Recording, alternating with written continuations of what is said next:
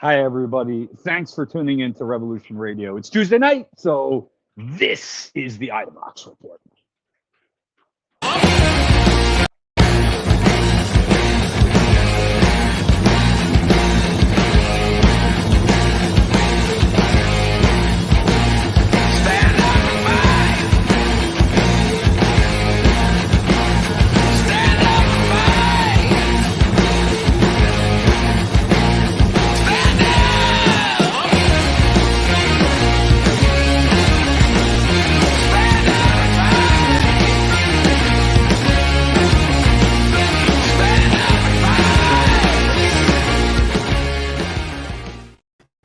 It is the Idavox Report final show for about a month. And then we come back on September 14th. My name is Daryle Lamont Jenkins. Behold, to my he's over. Oh, he's right there. Brian Powers. I'm trying to figure out which way do I go. This way. This is Brian Powers. Right here. And somewhere in the midst is the legendary right below. Right below is a Christian Perez. He's hanging with us. How we doing, guys? And as I said before, this is the Idavox Report, and we have no guests. We have a lot of time to shoot the shit about a lot of things, and we're going to on this final day, on this final broadcast before we chill for the month of August, unless something comes up. We might, who knows, something might go down. And we're going to have to cover it just so everybody can, figure out what the hell went down. I mean, summer does that, especially the summers as of late. So, but no, failing that, we'll be back on September 14th. I was saying the Tuesday after Labor Day, but that'll be the next day. And I don't know if I'm ready to I don't know if I'll be fully recovered from Labor Day yet. So we're gonna do Tuesday. We're gonna do the next Tuesday, which will be the 14th.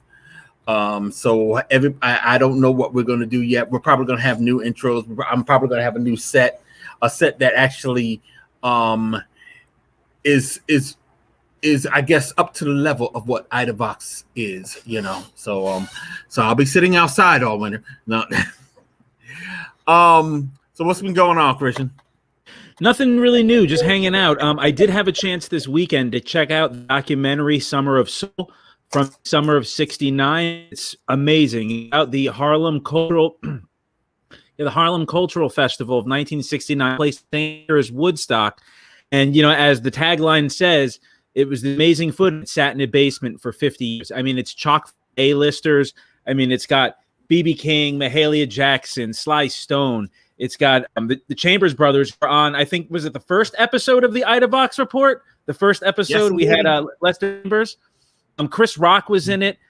David Ruffin from Temptations, Gladys Knight, Nina Simone, two Latin artists like Mongo Santa Maria and Ray Barretto. Yeah, dude. Yeah, it's a good documentary. My father loved him. Yeah, dude. It's a good documentary. Rest in peace. Yeah. I gotta watch. See, sadly, I haven't gotten the chance to see it because it's just been crazy for me. It's just been really crazy for me. But I wanna but I gotta check it out. This is my jam. Yeah, this is my jam. Good. I mean, I watched CBS Sunday Morning, and Questlove, who produced the documentary, was talking about it. I turned on CBS Sunday Morning, and all they were doing was showing scenes from they said no, this is the show that no one really talks about, the concert that no one really talks about. I'm sitting there looking at it. I thought it was Watch Stacks. No, it was. I thought it was Watch Stacks at first glance, and then I found out there was another thing. I was like, another thing? Oh, really? Yeah, it's really good. And it was in Harlem. Yeah, it apparently it was like a whole. So it's like a series of weekends, but they a lot of panning of the crowd. They got David Ruffin. He left the Temptations. It's really cool, really cool. It's got people who are teased. The Fifth Dimension, who sings like "Let the Sun Shine In." Away, my beautiful balloon. Hey, but it's great. Staples singers. So they have Mavis Staples and Mahalia Jackson doing a duet of Prince Lord, which is MLK's favorite song, and Jesse Jackson leads them in. It's awesome. It's awesome. You got to check it out. This is Christian Perez, 2 thumbs up. This is 5 Hammer and Sickles. Brian, did you see it yet? I've seen the commercials for it, and that's it. So, I mean, but this really pumped me up, and even just the commercials got me interested. So this conversation has certainly piqued that interest. I'm probably going to have to check it out. They do. It's great. It's great. A whole segment on like Spanish horror.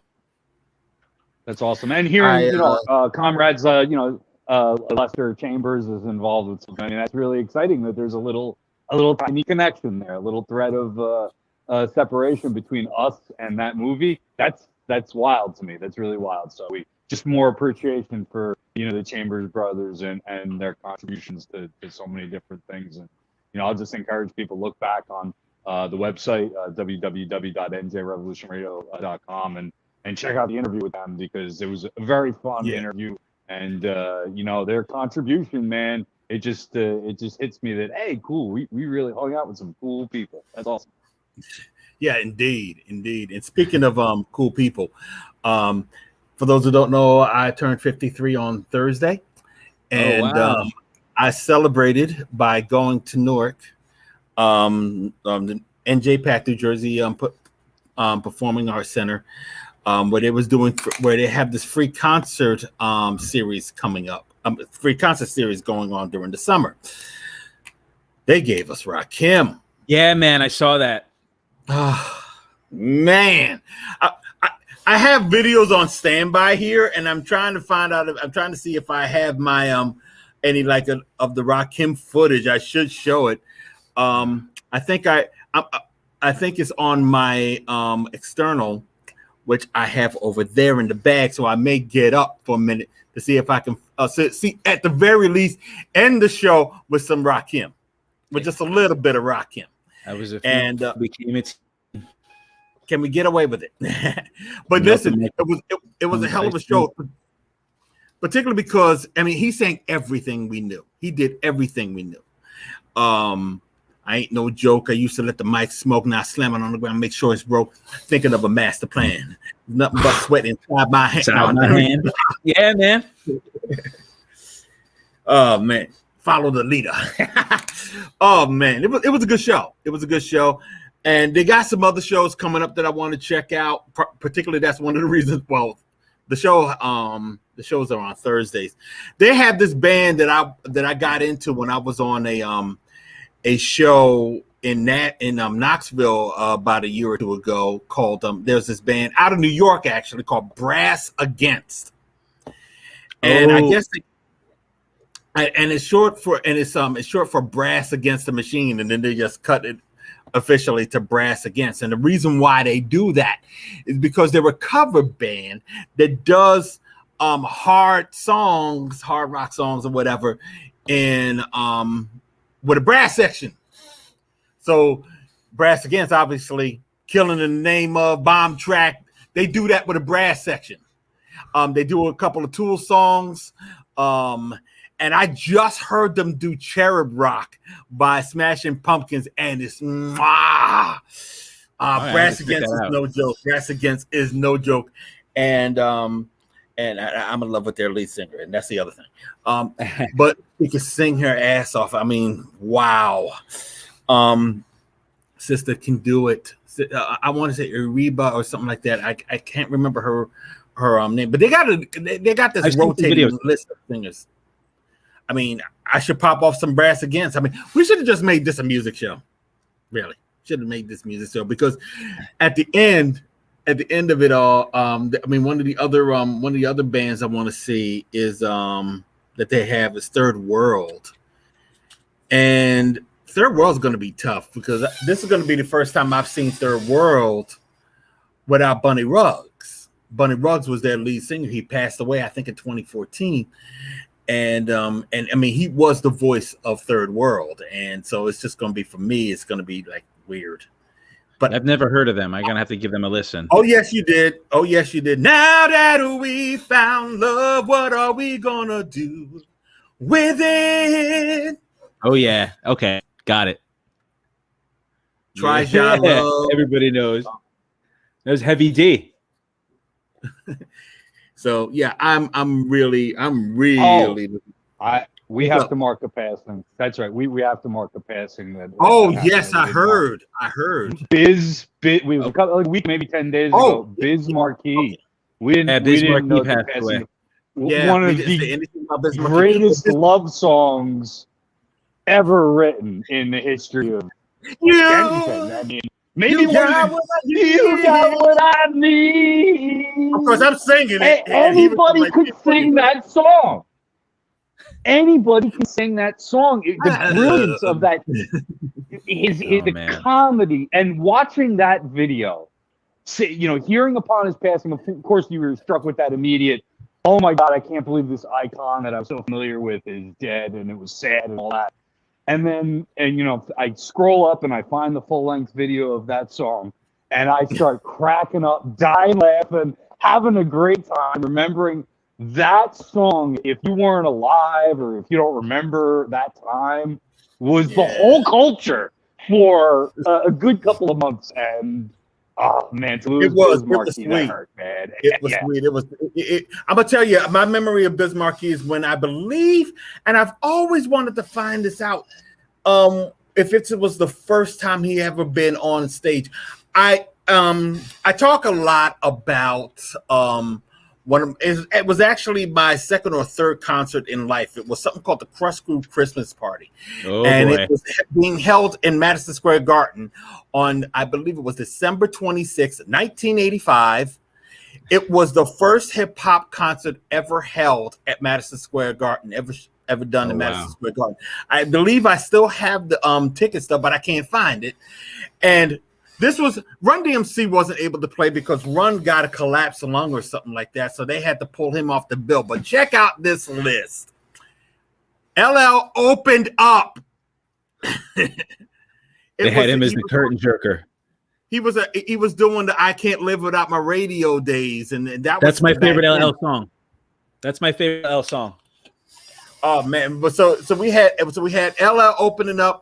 After him, Dr. Jekyll and Mr. Hyde. Now, a lot of people don't know who the hell that is, but I believe it's Dr. Jekyll went on to become Andre Harrell. If I'm going to get that, I hope I didn't get that wrong. But Andre Harrell basically took hip hop to the next level as dude who pretty much ran Uptown Records, and later on, Motown. He was the CEO of Motown. He was the one that gave us Puff Daddy. He gave us Sean Diddy Combs. He gave us the new Jack Swing. And sadly, he passed on last year. So, that was Dr. Jekyll and Mr. Hyde. Are we thanking people for Puff Daddy? Yes, because there was a lot of good people that came out of Puff Daddy. Mary J. Blige came out of Puff Daddy. True. No, the tree that Puff Daddy is a part of has some amazing artists. I'll just say it. If I was on that tree of Puff Daddy, I would not want to be remembered in my death as being associated. That's all I'm saying. Well, but there's more to Andre Harrell. Actually, there was more to the show. Let me go on, because the third band that came on was another passing. Ecstasy, Houdini came on, and and they came rolling up, and it was just like they drew. They rode up to they started their song. They opened up with their song "We Are Houdini." Ecstasy came rolling up on the onto the stage in a motorcycle, similar to what my man from Judas Priest used to do. And then they did all their, and then Rob Halford, and they tore the place out. Ecstasy died earlier this year. I mean, and in between, and following, by the way, Dougie Fresh and the Get Fresh crew, and Curtis Blow ended the show. Was the one that ended the show. For the record, my friend, my acquaintance out there, he's not watching this show. His name is Dr. Jackson. Dr. Jackson, one of the pickup dancers, and Curtis Blow's back by popular demand. Shout out to Dawood Jackson. Oh, he might have been on it at the show. You know who was dancing with Houdini when what it was doing this cut. It was called when they was doing the show was Jermaine Dupri. He was like 13 years old. Oh wow. Jermaine Dupri is the producer who gave us a lot of Very what comes out of Atlanta right now. So Death, all of that. Jackson. But we were talking about Biz Markie, and in between sets, they were setting up and they were trying to get there was Starsky, may he rest in peace. He was hosting the show, and he was like bringing some folks on that were backstage, like some of the folks from New Edition and all that. And then he asked Biz Markie. Remember, the human beatbox was big in those days, you know. So he asked a dude named Biz Markie to come on. No one knew who Biz Markie was. Biz Markie went on that stage and started doing his a 1-2, and I was like, he was just killing it for everybody because no one heard anybody do the human beatbox the way he was killing it. And it was just like, oh man, who is this brother? And then he ended up on Roxanne Shantae's records, and then he did Nobody Beats the Biz, and he was on his way to Vapors. So I mean, we got to know Biz Markie, and we all gonna miss him. I mean, featured in the movie with Will Smith. He was in Men in Black, the original Men in Black. Or no, the second Men in Black, but part 2. When they, if people don't remember the scene, when they go back, also one of the great actors of our time. I mean, and his name eludes me right now. The old guy, I think he's dead now too. But Tommy Jones? No, he's still alive. All right. So Tommy Jones is still alive. Good. I'll take him in Deadpool. But Tommy Jones is still alive. But it was when he's working in the post office, and you go back, and Biz Markie is the alien that Will Smith converses with in beatbox, and I will not embarrass the great art form of beatboxing by trying to imitate the conversation. But it's people who see the movie know it's a great scene. Yeah, a little bit of trivia for y'all. Biz Markie, while Will Smith was performing doing his solo stuff,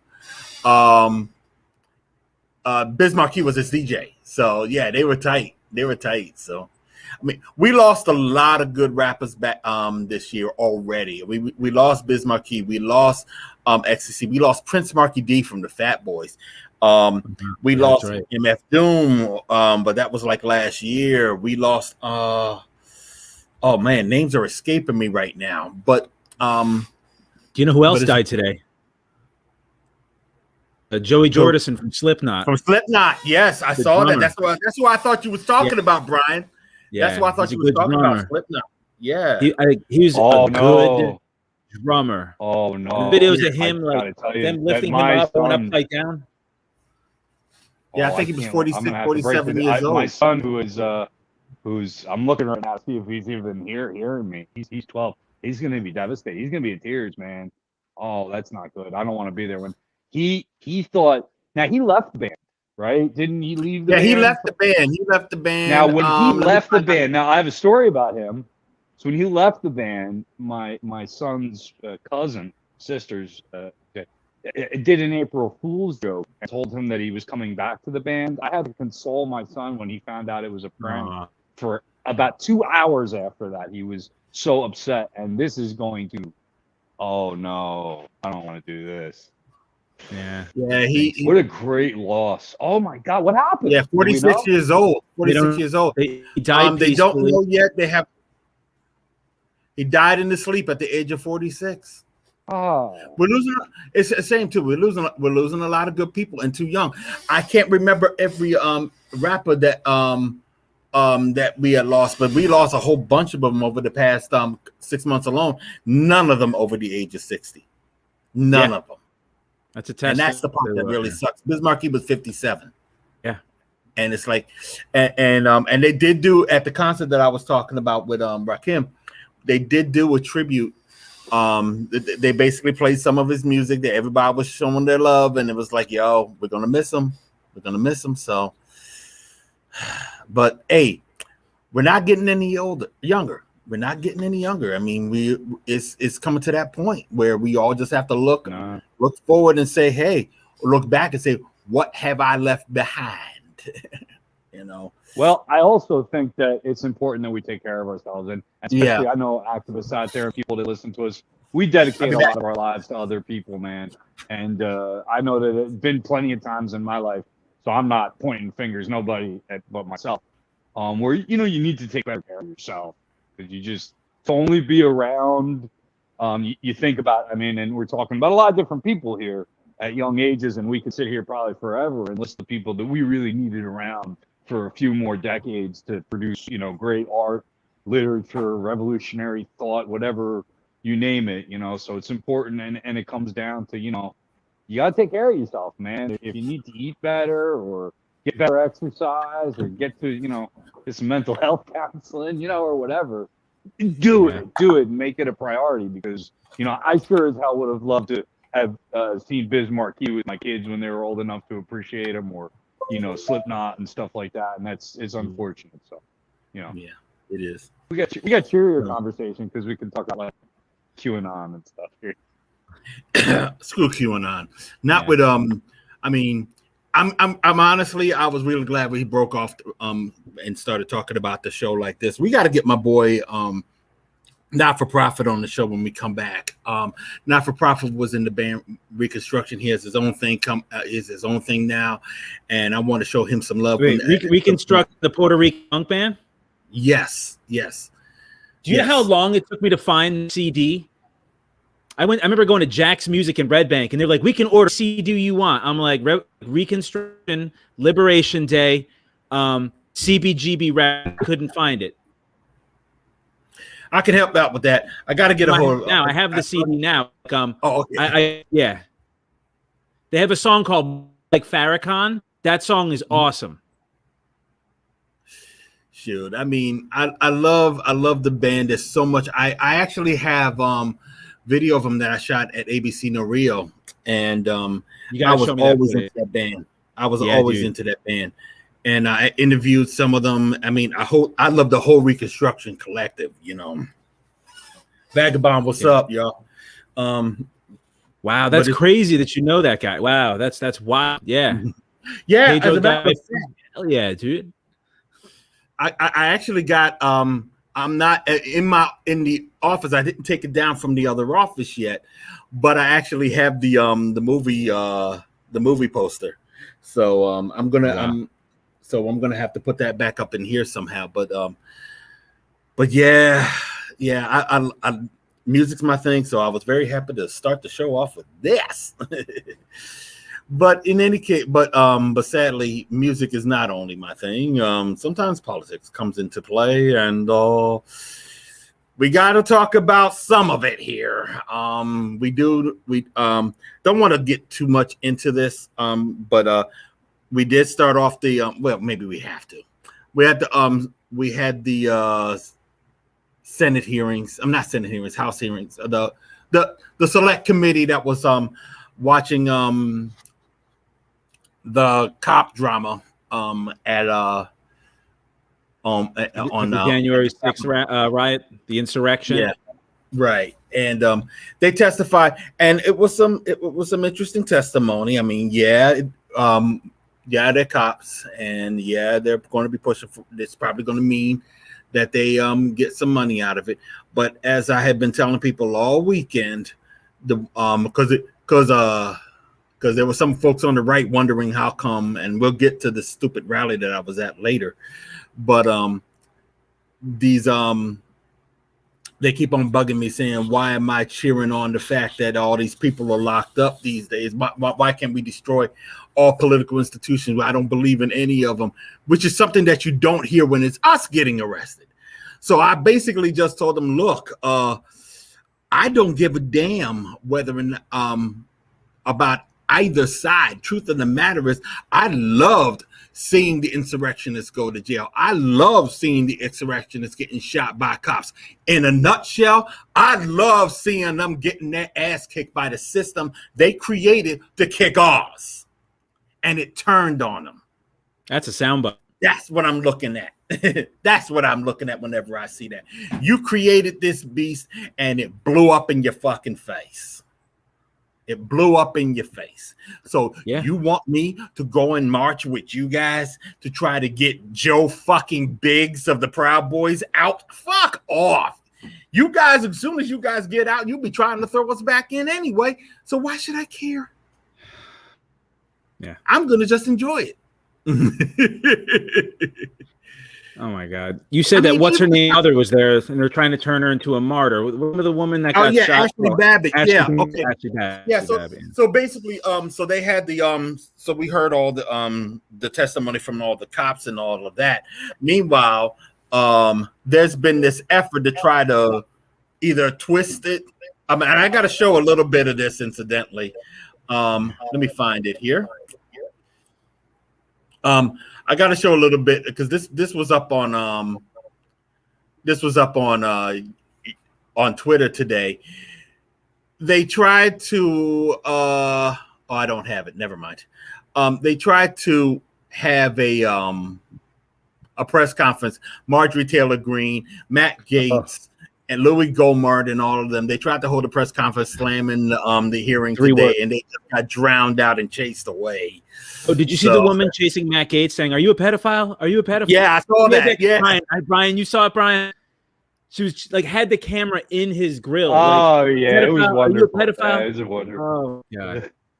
Do we have any like, identification on that journalist? Was it a journalist or an activist, or does anybody know what was going on there?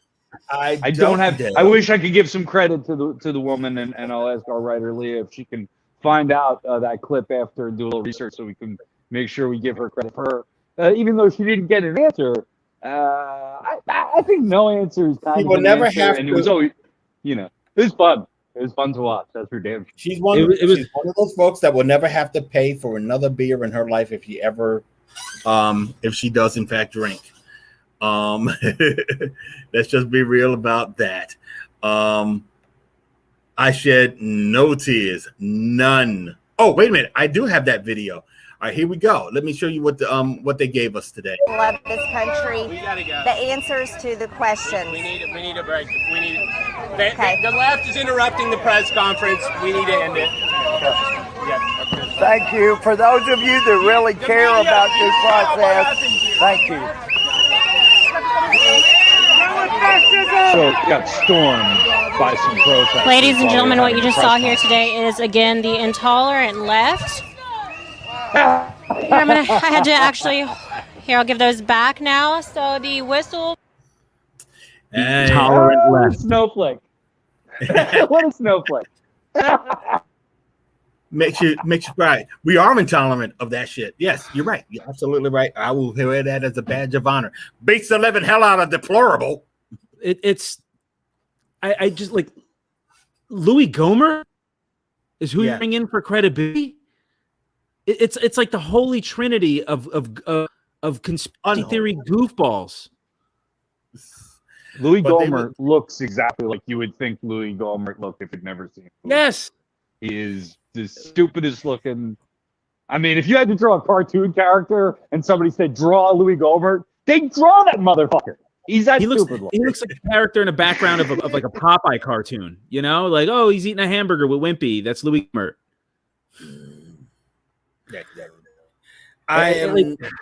Wait, did you see? Wait. Did you see the high school photo of Matt Gaetz that came out with his long blonde Nirvana hair? I didn't know if that was real. I hope it wasn't. I hope it is. I mean, I hope it was real. I don't know. Cannot confirm or deny, but I hope it was real. People who have mullets are turning their heads in shame. This was a bad picture, y'all. I mean, if I knew it was going to be brought up just now, I would have made sure that I had it with me so y'all could see it. But I will confess to having somewhat of a mullet and a rat tail when I was a younger man. It was the style at a time. It's a very short period of time and a bad one at that. But that picture, if it's real, it's one of the greatest accomplishments in mullet history. Mulletsgalore.com, which is unfortunately no longer up and running, may have put him on the homepage in their. Oh no! He would have been the logo. He would have been the logo. Put him on the flag. That's a treasure trove that's been lost. See, that's why he had. I mean, you can understand now why he had those bangs. So he had these bangs in the picture, and then he removed the bangs, and you just see nothing but Beavis and Butthead forehead. So Yeah, I mean, we all have embarrassing photos, but I'm also a pedophile, who grifts money from unsuspecting people. I don't know. I'm not Matt Gaetz. We all have embarrassing photos, but I'm Matt Gaetz, and I'm not Louis Hurt, and I'm not Marjorie Taylor Greene. So, yeah, and we're all better off for it, because if they do this stuff right, if we do our stuff right, we'll they wouldn't want to be Matt Gaetz and Marjorie Taylor Greene and Louis Gohmert. And those who are supporting all of the crap that they're about and all of this pro-insurrection crap, they're not going to be happy with the life that they're going traveling down themselves either. And I saw a whole bunch of them on Sunday. There is this effort to try to lionize those that were incarcerated, trying to make them into political prisoners, and demand. And a group of them have been going. This group, I want to make sure I got their name right, because I think it's Citizens Against Political Persecution or something like that. And their whole thing is to basically get everybody who was arrested in the insurrection out of jail. Yeah, of course. And to give you an idea of just how much this is BS, political prosecution, not persecution, Citizens Against Political Prosecution. This group was founded by Randy Ireland. Who was Randy Ireland? He's the president of the Hell's Gate Bridge chapter of the Proud Boys. And the whole, so basically, really, in many respects, this was a Proud Boy rally. Yeah, they had, they had their little friends peppered in here and there. But the thing that took place in Foley Square on Sunday was a Proud Boy rally. That's the way it goes. Now, Antifa was there, and we met them. They had a similar rally like a month before. No one really came out to oppose it because we was busy doing other things. It was Pride Month, but it wasn't Pride Month today. On Sunday. So basically, all of us decided to just roll over and give them hell. And it was peaceful. It was chill. We did have 2 arrests. One person was accused by a Proud Boy of slashing his tires. Tires are fine. They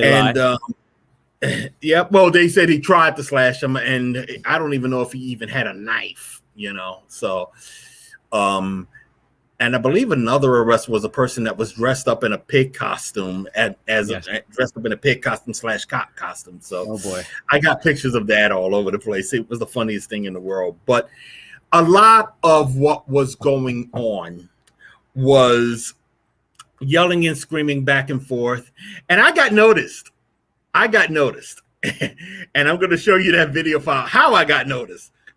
Now, remember, everybody that was there, everybody that was on the Proud Boy side are all like pro Second Amendment, They're all about fighting back against the left. And I mean, really fighting back. At least they talk a good game.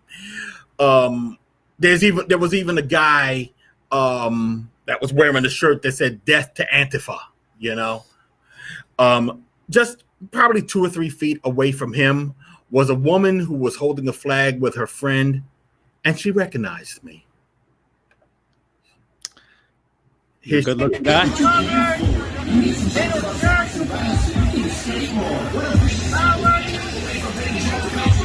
6-7 feet, actually. Here she comes.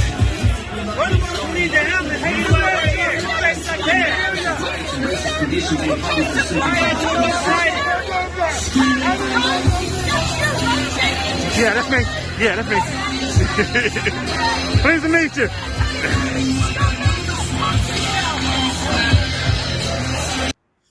So basically, what you couldn't hear what she was saying, but she was pissed off because I spoke at Brooklyn and said that we should all be armed. She was pissed off because they get guns into Brooklyn, but Brooklyn can't defend itself.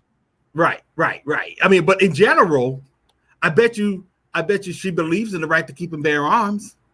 I bet there's nobody in that crowd that I would peg as saying no, we should not have a Second Amendment or anything like that. But if I say that we should have the right to keep and bear arms, oh, I'm a scumbag. This was such a. I mean, that was basically the climate that we were working in, and it was freaking crazy. I mean, the other thing that was really interesting was that every time the Proud Boys come out, there's always these so-called citizen journalists who have to run around and videotape everything, and try to get their little Andy No moment. I mean, and I do mean they do try to get their little Andy No moment, because they go up to people. Now, remember, there's barricades between us. There's cops in front of those barricades facing us. If we wanted to go through the police or through the barricades, if we wanted to go into where the area that the Proud Boys were, they would have stopped us. But for some strange reason, these so-called citizen journalists with their video cameras think it's quite all right to come to our side and try to push themselves through us. And we weren't having it. We were saying, no, stay on your side. Go. We were telling people to go around. We don't want you over here. You aren't starting any shit. Won't be no shit. Yeah. So, and they didn't get that. They thought that they could actually come over to our side and pick the fight that we wasn't giving them. That's what we do. It's called we wasn't giving them a fight until they came to us. Until they came to us and tried to talk about their First Amendment rights or their right to fuck with us. And hey, look, my attitude is I do that too. I'm not going to lie. But if I do it, you damn sure not going to hear me saying I'm going to kick everybody's ass. I could kick your ass in a minute. You start talking like that, you're trying to pick a fight. You're trying to provoke. And then one of these guys, I'm about to play this next one. Oops, I didn't mean to do that. One of these guys decided that he wanted to throw out something just a little weird. I don't know why he said this, but here goes. And I'll explain what this is all about. You guys work for the 8200? You know the 8200? Do you guys have any affiliation with Israeli 8200? Do you know who they are? Oh, all right. So you're lucky. So, and by the way, he was getting ready to say, you're lucky I'm a nice guy, otherwise I would be kicking your ass right now. I said, no, you won't. No, you would not, you anti-Semitic prick. And the reason why I say he's an anti-Semitic prick is because the 8200 is apparently military, Israeli military intelligence. Why did that come up? Anti-Semitic conspiracy theories are the backbone of right-wing hysteria. It's been that way for hundreds, if not thousands of years. I mean, it's this, like, why would the Israelis, who generally have a right-wing government, infiltrate left-wing organizations in the United States in order to antagonize right-wing Americans? Like, it doesn't make any, like, but that's anti-Semitism, right? Remember with the Nazis, the Jews were the communists and the capitalists, right? Like, this is needless to say, I want to find out who that fucker was. Needless to say, and I will find out. I will find out. The problem is, as with any insane conspiracy theory, is, they try and root it in something that is in the general populace, which is like the Israeli military and their involvement in our and like AIPAC's involvement in our politics. But they don't laugh back at those legitimate organizations, and that's why the conspiracy theory hurts.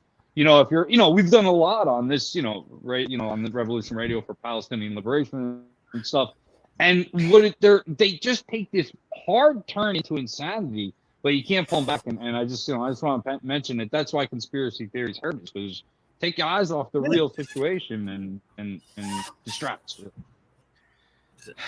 Now, there was another group, and there's another dude that also came up to the group. Now, this tape here is a little, you don't see the whole story. You don't see the whole story of this. And the reason why I say that is because I got a little bit of notoriety for what happened. So I'm just going to show you what I want to show you right now. So here is, now keep an eye on the women behind the guy in the yellow shirt. Don't touch me, man. Don't touch me.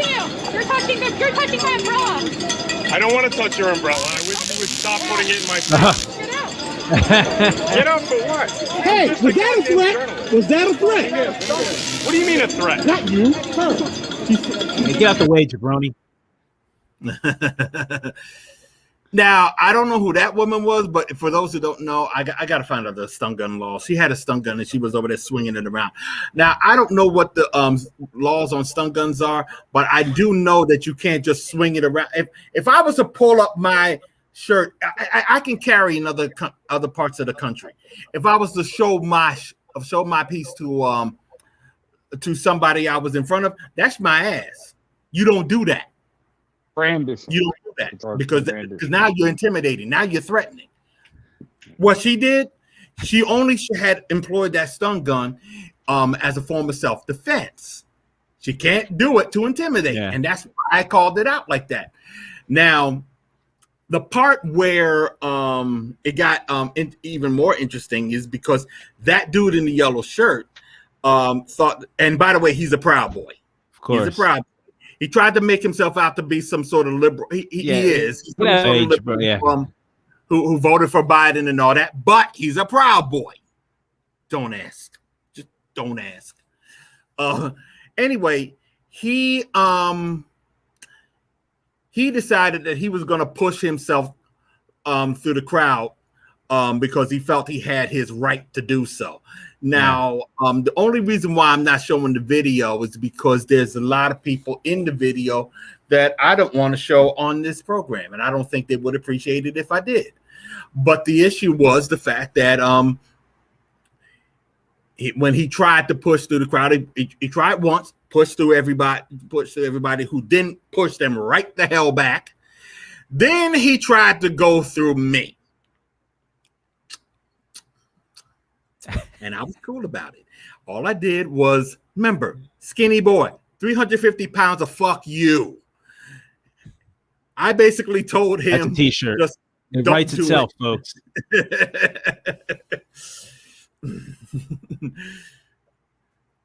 I started shoving him back. I didn't shove him hard. I just told him, don't do it. Just don't do it. And then he starts talking about what country am I in? And I told him straight up that this is a country where if we don't want to have anything to do with you, we don't have to.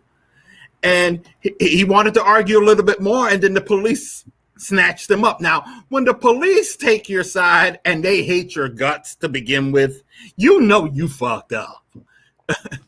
They don't like Antifa. They don't like Black Lives Matter. Wait, is it back here? And I'm just like, okay, so if the cops are going to snatch them away, then they knew that we were in the right.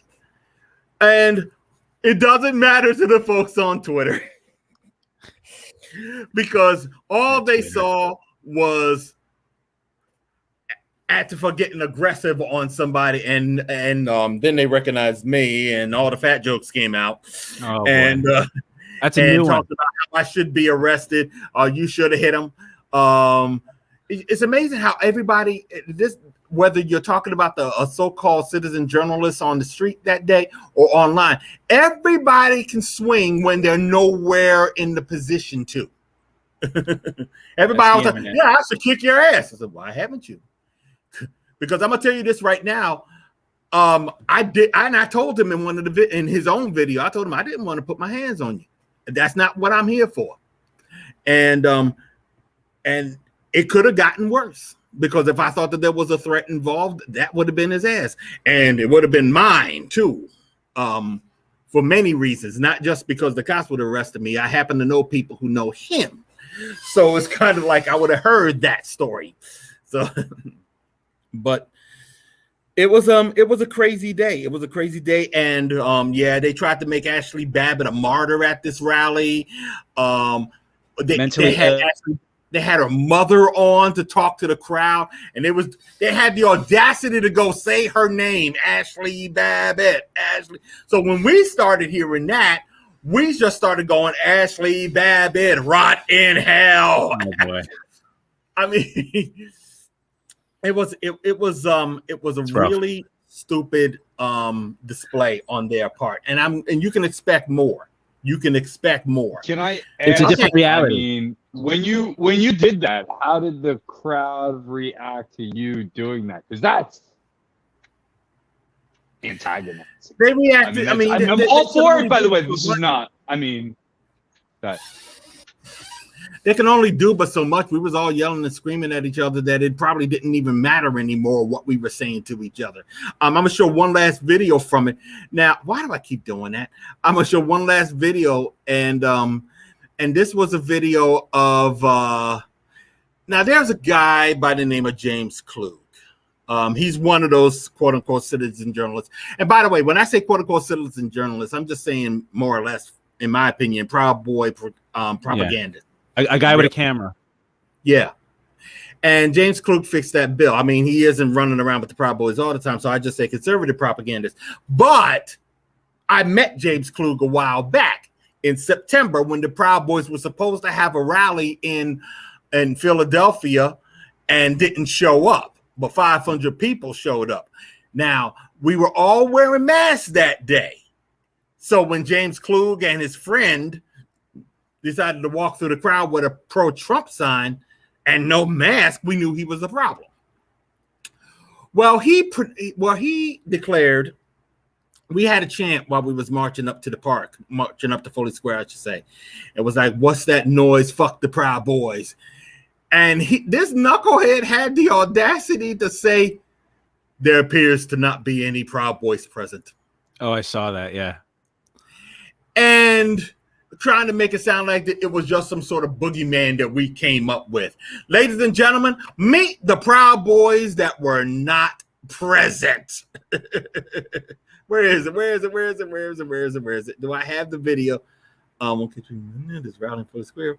Oh yeah, here it is. Meet the Proud Boys that were not present. A lot of them. Did that Proud Boy know? Hey, yo, Proud Boys to my dick. What the the other Proud Boy logo? Yep, it is. We don't care about them. Yep, split up as soon as you call them out. motherfucker here, bitch. Even the black dude right there was a Proud Boy. Boy, you associated with him. He calls himself running for governor in New York, by the way. His name is Derek Gibson. And it just tells you what the hell it is we were dealing with that day. I mean, it was crazy. They're probably going to have more rallies. They haven't announced them. I mean, like I said, they had one last month at Foley Square. They had this one. I think they haven't announced one yet, but they're probably going to have another one at Foley Square probably in August. It remains to be seen. Incidentally, this was the International Day to support anti-fascist political prisoners. Sunday was that day. So we definitely did observe that in some of our banners and things like that. So I want to make sure that everybody is mindful of the fact that there are indeed some people who are incarcerated around the world that should not be. I am not talking about the insurrectionists of January 6th. Okay. If you want to learn more about them, just go. Want to learn more about those individuals? Just check out Antifa International. They'll be able to hook you up with anything that you want to know about that. And I'm going to look up because I'm not saying they're international. Their web address because I don't have it on me right now.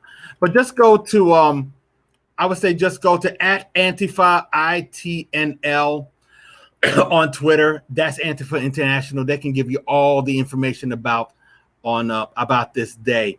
And there's also the International Anti-Fascist Defense Fund for anti-fascists that are in help and need, legal need, and the Antifa International definitely helps you out with that. Can get you on the right track with helping people out. But that was my weekend. That was my weekend, and I got more to talk about in a minute. But I want to hear what y'all had to say about it first. I mean, nothing really. I mean, I'm glad I went out there. Honestly, I was kind of away. I was with my family the weekend, but in terms of Foley Square, I mean, I'm glad there. I mean, but I mean, like we could see the lying from the employees. They're saying they're there. We hypocrisy when they point fingers at you, talk about you, inciting by saying you want to arm people. These are the tact that these people use. I mean, the anti-Semitic guy, like you'll see it. It's the left that's racist. It's the left that's really violent. But you see it on their side, right? They literally it's conspiracy theory. I mean, Ashley Babbitt. I don't want to disrespect the mentally ill, but like this woman was not right, and she wasn't a hero. No, she wasn't. She wasn't. And my attitude about that, incidentally, is they was over there yelling and screaming about the fact that I was not feeling any love for Ashley Babbitt. So how can you say that about her? She was killed by a cop. Don't you hate it when cops kill people? I said, I don't like Ashley Babbitt, and I wish they killed more of you sons of bitches. I actually said that. Oh wow. I actually told her to do it. I said, my only regret is that they didn't kill more of you. I'm not shirking away from that one. I mean, you guys want to get with us. You guys want to talk shit. You guys want to talk about how it's okay to run over us while we're in the street, while Cuban protesters are marching in the street. My wife went to UVA. She spent time in Charlottesville. Met Heather Heyer's mother when she came to go speak, and she talked about having to go get her car and all of that. These people are killers.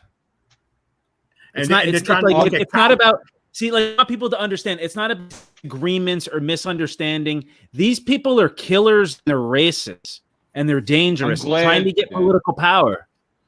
I'm glad that you were out there to identify who it is, because I think we also have to look at this with some historical context. It can be difficult because history is usually looked at in hindsight, but I think where we are is that Trump racist white supremacist movement of the past 4 years. It's still fractured, but it is kind of starting to come back together. So you had Trump leave, you had January 6th, and I can get back into those hearings maybe before we leave, but right now, I think that what you're looking at is, all those arrests, the arrest of leadership in the Proud Boys and all that stuff, fractured the movement, and now they're trying to figure out ways to keep the movement going, and that's resulting in as we've exposed here, is this infiltration into a Medicare for all narrative, and these citizen journalists that you're going to see popping up, which are essentially people that lost their cells. I mean, just think about you're a douchebag and you're a Proud Boy, and your cell just got busted. 2 people figured out that Trump was a moron and left. Another guy got arrested, and everybody else got freaked out. What are you going to do? You go off and you become a citizen journalist. You get a YouTube channel and, put stuff out. So, you're going to see a lot more of these odd behaviors in maybe smaller cells. And so it's really important that, you take, or for our audience here, takes what Daryle is doing and keeps an eye on their own areas and their own purviews, whether it be on social media, or whether it be in your neighborhoods, morons running for school board positions. You have to watch out for people doing individual acts of white supremacy, because, this isn't gone away. It's kind of figuring out its next move. And well, see, that's the thing about when we are looking at the Medicare for All stuff and what they're doing and what Jimmy Dore is doing and the Boogaloo is doing and what they tried to do on Sunday.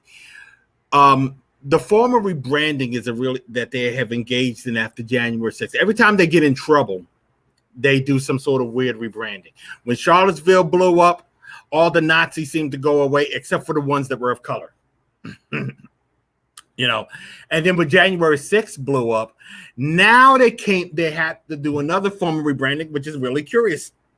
And that leaves us to the Jimmy Dore types. Now we have fascists hiding behind people who are liberal or lean left that are willing to defend them.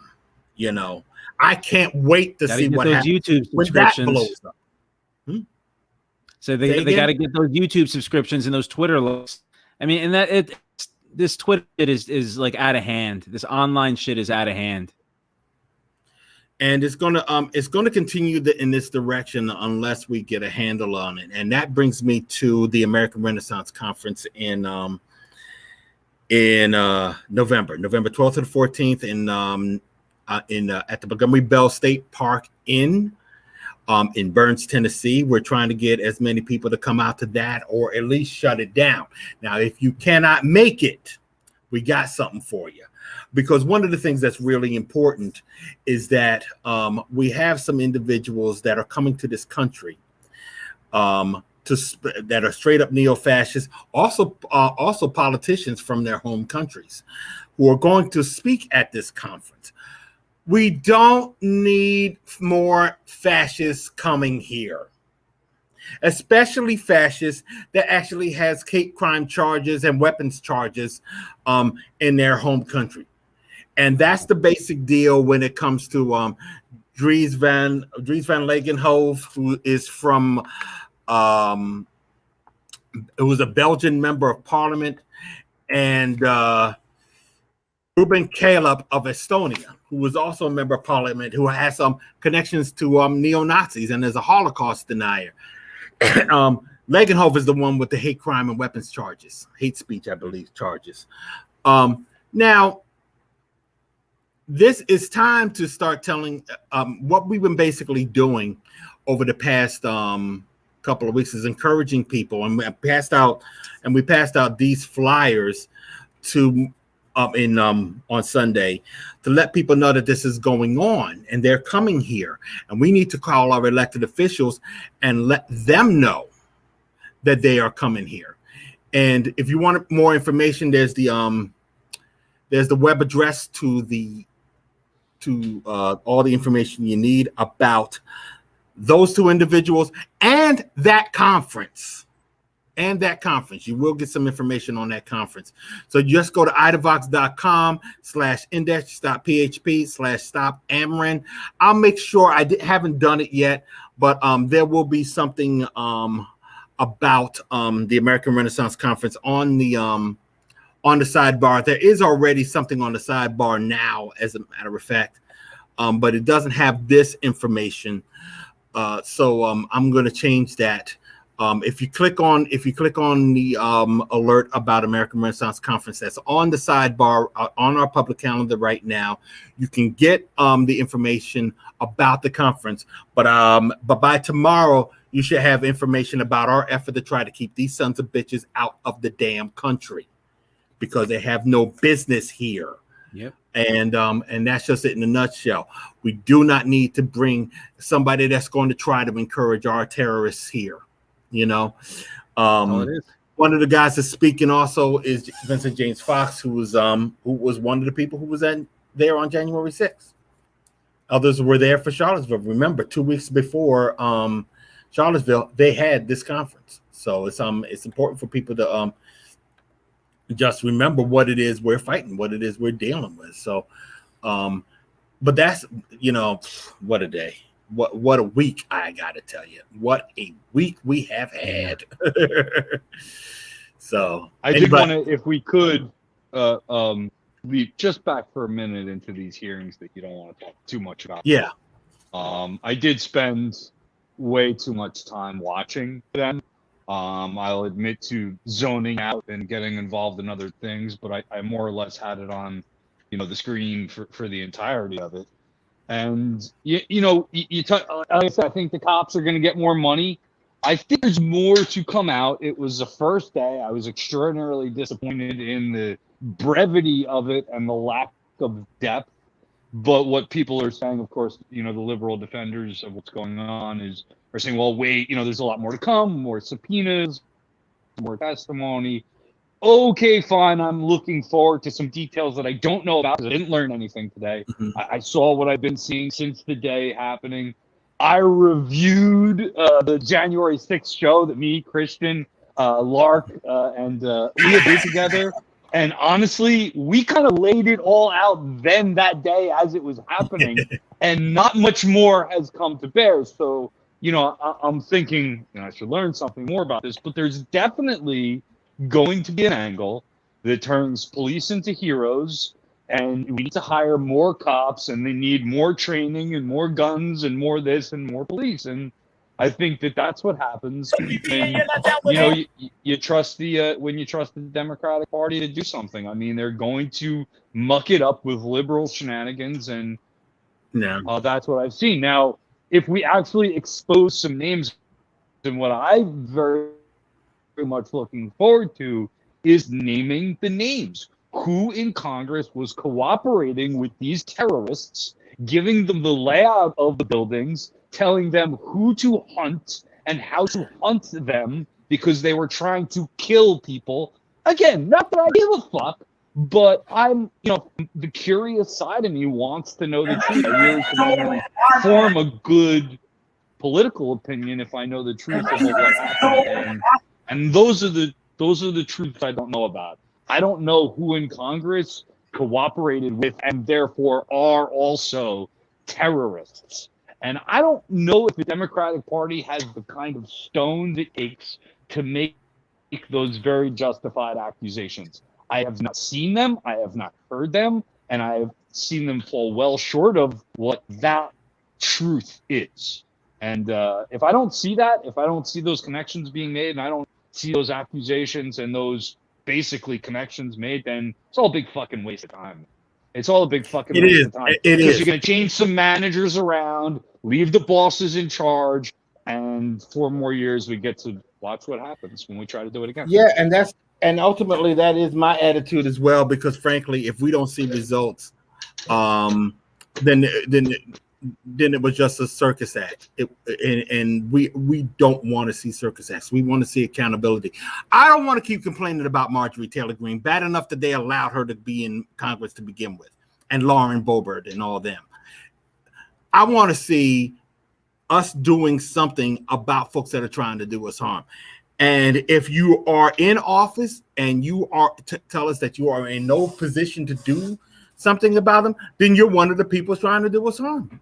You're one of the people that are doing us harm. There is no excuse for allowing people who were able to do what they did on January 6th to just completely get away with it. No way. I don't want fall guys. I want to make sure that not only this doesn't happen again, because when it happens again, it's really going to be worse, and it's going to come back on all of us to the point that we might be killed. Because everybody keeps talking about how that was basically their beer hall push. The beer hall push wasn't the end of the Nazi Party; it was just the beginning. But if you're not prepared to handle that, then that means that you're not somebody that we need to have in that position. We need to find somebody out there that will. And if you're not too keen on it, then I've joked about how Joe Biden sending me all this money for all these children that I had has turned me around a little bit. I can't curse a guy out all the time when he's sending me $1,000. I'm just saying.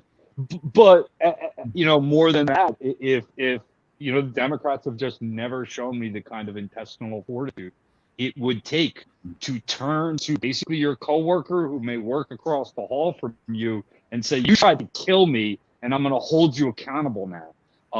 And what I've seen from the Democrats is they would rather shy away from that conversation, continue to compromise and be bipartisan, and basically leave the rest of us at risk and in jeopardy of something happening, while they themselves, feel safer and feel better about themselves having cooperated with Nazis. Exactly. Well, listen, we're now going long. It's about 5 minutes after 9, and unfortunately, I cannot go too much longer.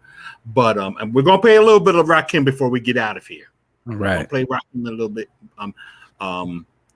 But it's like 3 minutes long. As soon as I turn it off, then we get the outro. So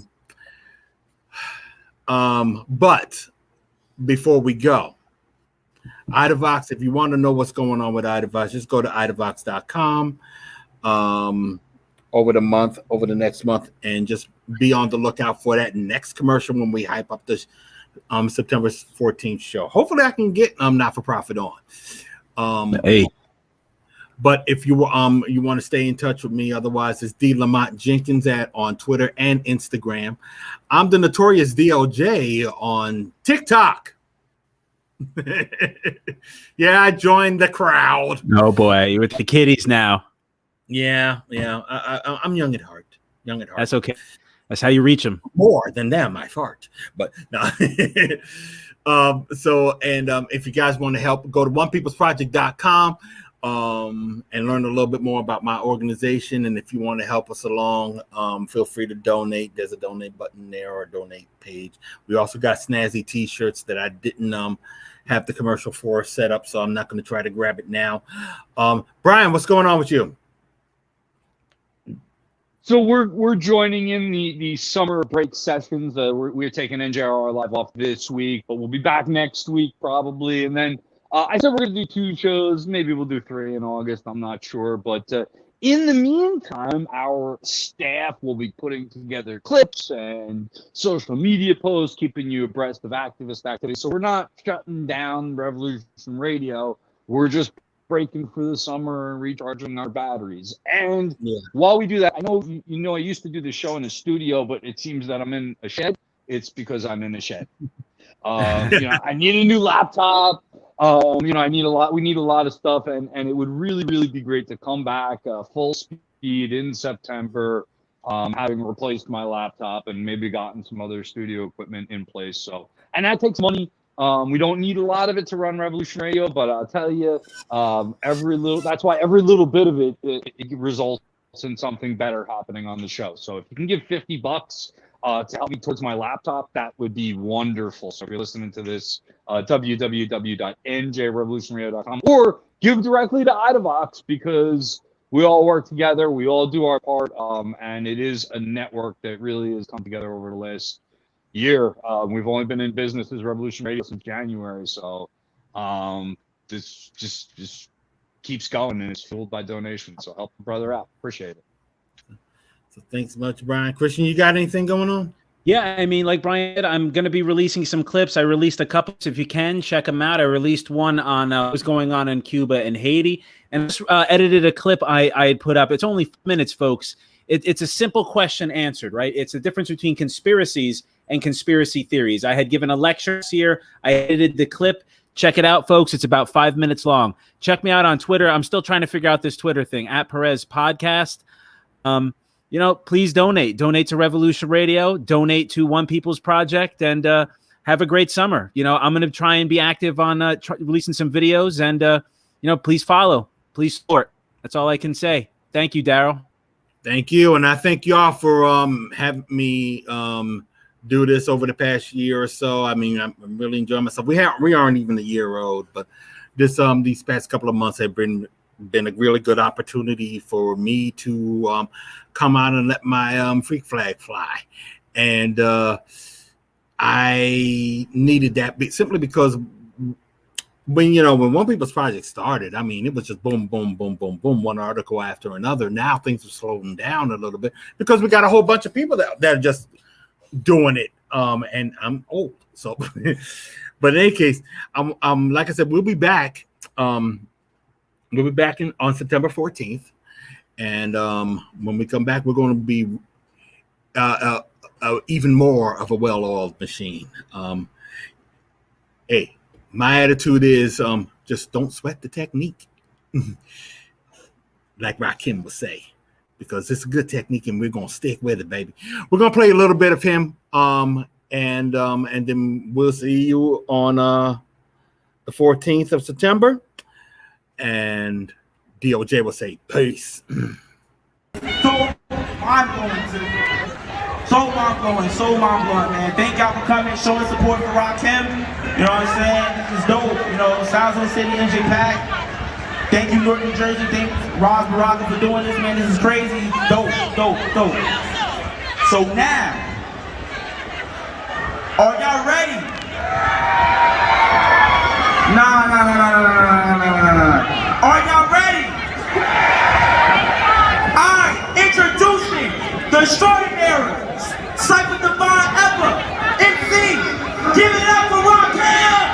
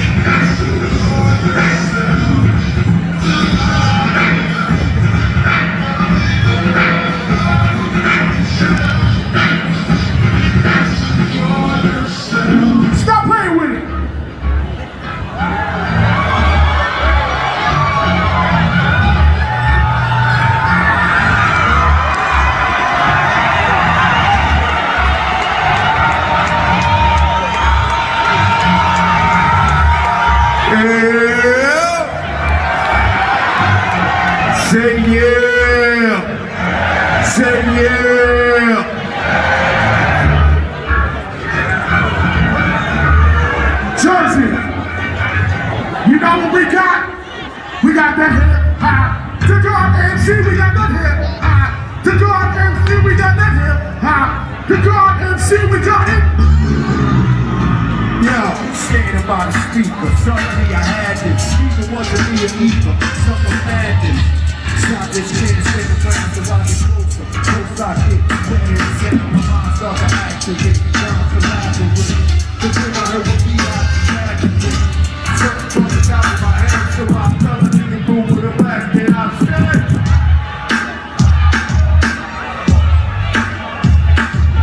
The players then structure, put it together, the simple way. Quite clever. Some of you been trying to write rhymes for years, but we got theirs, they would take my ear. Is this the best that you can make? Cause if not, then you got more.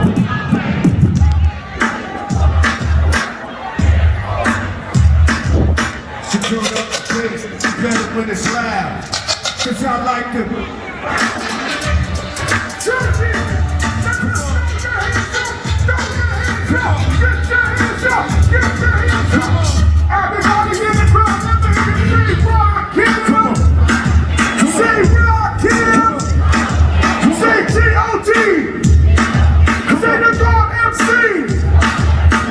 Just like that.